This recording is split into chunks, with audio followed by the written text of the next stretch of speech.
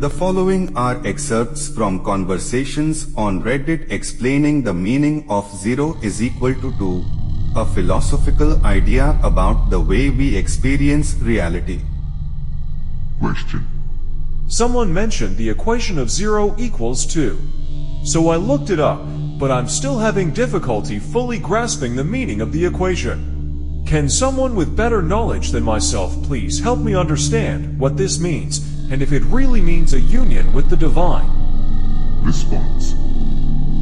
Briefly, there are two ways of looking at the universe: as a collection of opposites, yin or yang, self, not self, or as a soup of flux in which there are no things or separate entities, no thing or nothing.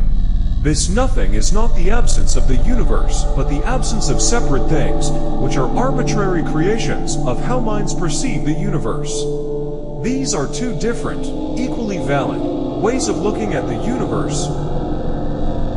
Response 2. Things do not objectively exist. They are arbitrary divisions of the flux of reality, made by our minds. As an example, consider the chair I'm sitting on right now. Is it one wooden thing, or is it many wooden things put together? Which of those statements is correct? Well, it doesn't really make sense to say that one statement or the other is correct. Neither statement is expressing an objective state of the universe. Each is merely giving a different way to perceive what's there. One might also imagine the chair as a collection of millions of molecules, which is yet another valid way to look at it. Of course, why draw the boundaries where we do?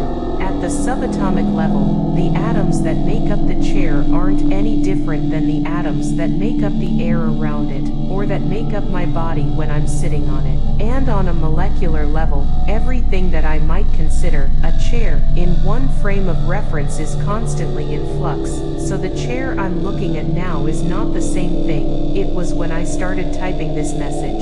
So how many things are at the table? The answer depends on how I choose to look at it. One thing, many things, or no thing. Each is a valid perspective. A person's self is much the same way. Am I one self? Am I a collection of parts that I could label differently? A conscious self and a true self with a true will. Am I nothing? Each is a valid way of looking at it. Crossing the abyss is a matter of annihilating the self, which is essentially the process of coming to understand directly, on a minute-by-minute basis, that there is no self. The 8=3 identifies with nothing. This does not mean that one attains oneness with the Godhead, or whatnot. It means that one ceases to exist, or, more precisely, it means you understand that you never did exist in the way you once thought you did.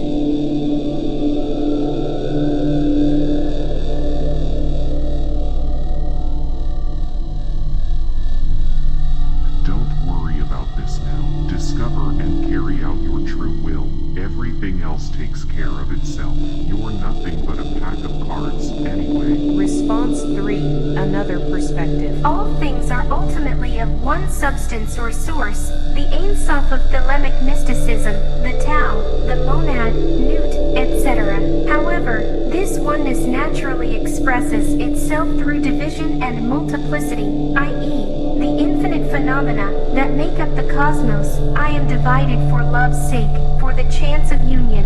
Since I am infinite space, and the infinite stars thereof, do ye also thus bind nothing. Let there be no difference made among you, between any one thing and any other thing. Conclusion. I think you can easily find the source of this convo online, like I did, so I see no need to credit all the participants. I hope this information helps to illuminate your limited time here.